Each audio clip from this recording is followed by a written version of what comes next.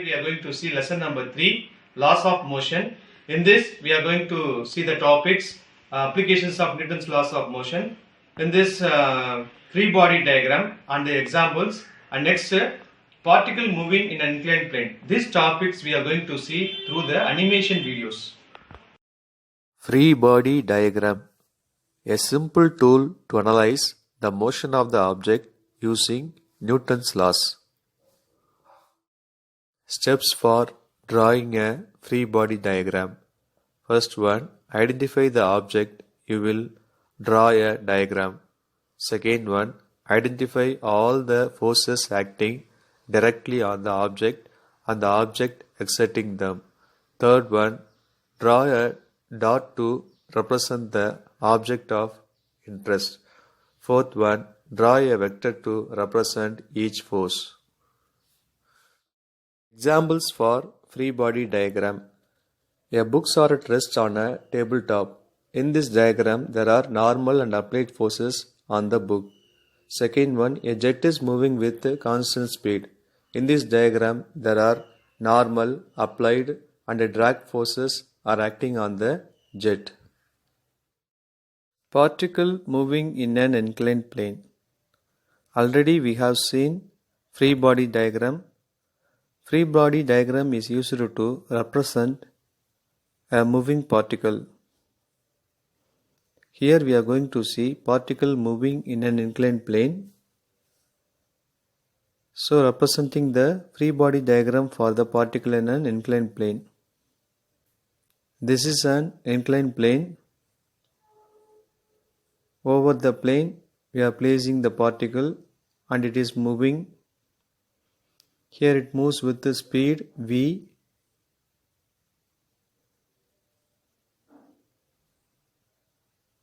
Whenever there is a speed, there is also acceleration. Next, we consider the particle of mass m and it takes an angle theta.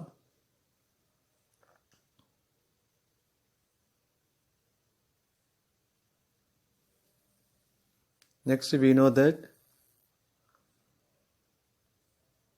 if there is a particle is moving with the velocity or speed v, it consists of two forces. One is upward force normal and downward force gravitational force. The gravitational force is represented as mg. This mg can be resolved into two components. One is mg sin theta, another one is mg cos theta. This will be represented in the next diagram. The force acting on the object, downward gravitational force and upward normal force. Here it is an inclined plane making an angle theta, having length L and height h and distance s. The particle is having mass m and it is moving with acceleration a. So this is the free body diagram for the particle moving in an inclined plane. So in this, the particle consists of two forces. One is normal force, another one is gravitational force. The gravitational force mg is resolved into two components. One is mg sin theta, another one is mg cos theta. Next we consider the two axes, x-axis and y-axis. So what are the components in the y-axis and what are the components in the x-axis? So first we have to take the y components. So what are the components acting in the y direction? So that is positive direction and negative direction. So the positive is taken as plus j and negative is taken as minus j. So in the x direction, the component is mg sin theta plus I cap and opposite component is ma.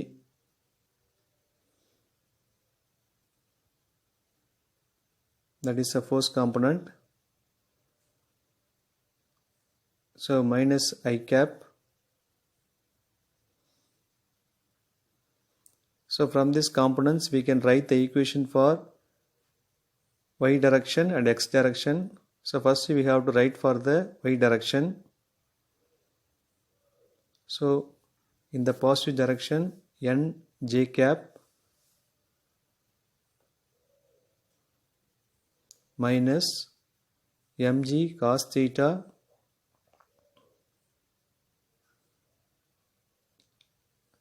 so j cap so equal to 0. The net force is 0.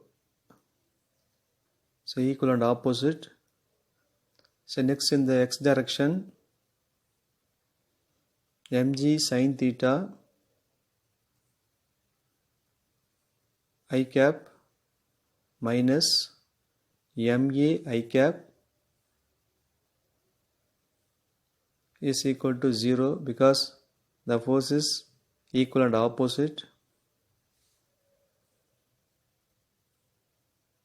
So from the two equations, first for y direction minus mg cos theta j cap plus nj cap is equal to 0. So here the j cap and j cap will be cancelled. So this can be written as n minus mg cos theta is equal to 0. So from this n is equal to mg cos theta. So the normal force is equivalent to mg cos theta. Second one, in the y direction.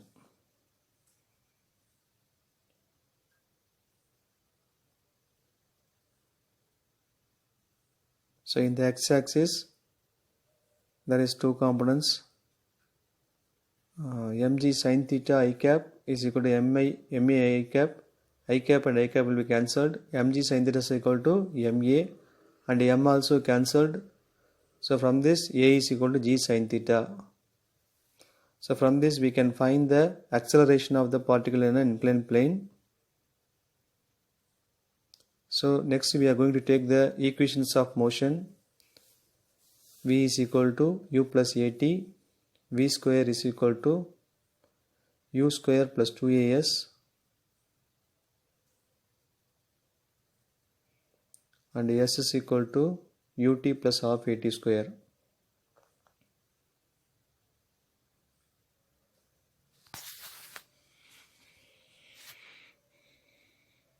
Among these three equations, we are going to substitute the value of a in the second equation. Here the initial velocity or initial speed is equal to 0.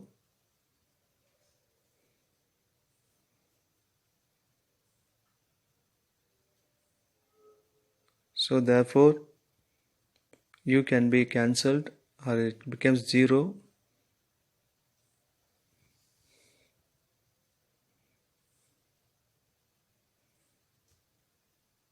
Okay, next we are going to substitute this equation. So v square is equal to u square plus 2as.